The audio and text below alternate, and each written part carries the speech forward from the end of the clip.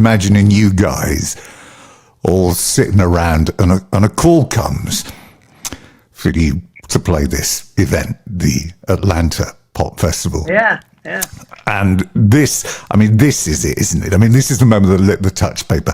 You weren't getting paid a cent to do it, but it was exposure. You're the opening act on day one. But when they said all you need to do is get there, that wasn't particularly easy either, was it? With your kit in the U-Haul trailer and then arriving to find that the amps had lost the transformers and there was all manner of things going wrong. Everything was against us, you know. Yeah, everything. I remember driving the van. I was driving the van, and we missed this turn. Right around Knoxville, going from Michigan to Atlanta, right around Knoxville, we missed this turn, and you know we took a hard right, and all of a sudden the trailer flips over, you know, and the tires come off, you know, and the equipment is like strewn all over the middle of the highway, and you know we're going, oh my God, we're never going to do this. So we picked up our stuff, you know, we got a truck driver to help us get to the next exit. And we found a U-Haul place, and we got rid of that U-Haul trailer, got a different U-Haul, and continued our trip. You know, yeah, it was quite a deal.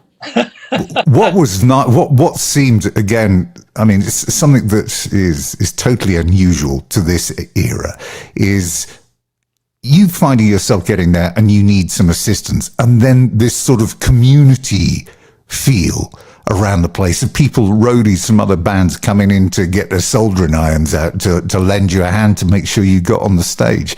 I mean, it just seemed, I mean, obviously we know it's a different era, but you just can't quite get around that. I mean, you know, it's like imagining, I don't know, the Rolling Stones going to help out, I don't know, your band down the road. You just don't imagine it happening, but it did with you guys. Oh, you know, I mean, well, those were the, you know, kind of the early days of peace and love, you know, with the hippie movement and the whole, you know, I mean, it was all about, you know, your brother, you know, everybody was a brother. So yeah, that was very big, you know, and yeah, everybody gave us a lot of help to get on stage.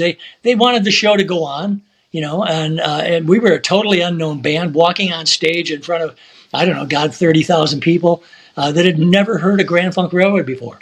You know, but it was an exciting thing. You know, it was the first Atlanta Pop Festival, and you know, right in the heels of Woodstock. You know, it was what everybody was talking about. All of the young people at that time were all talking about pop festivals. You know, my God, this is a big deal.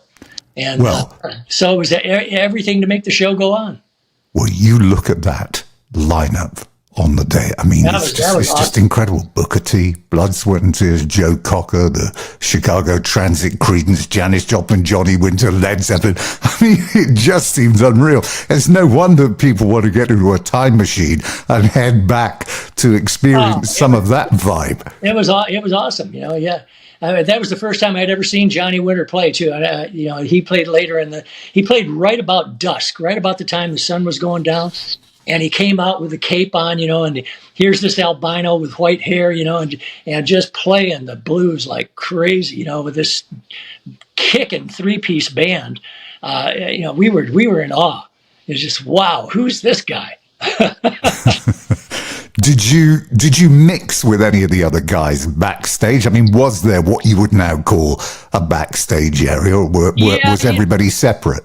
Yeah, we were pretty much separate, and we were the new guys. You know, most of the other acts were all like name acts, you know, name national acts. We were probably the only band that played that show that was a nobody. You know, so it was you know, we were kind of watching. You know, you kind of backstage and you're watching all of this going on. It's like, this is the big time, and this is where we want to be.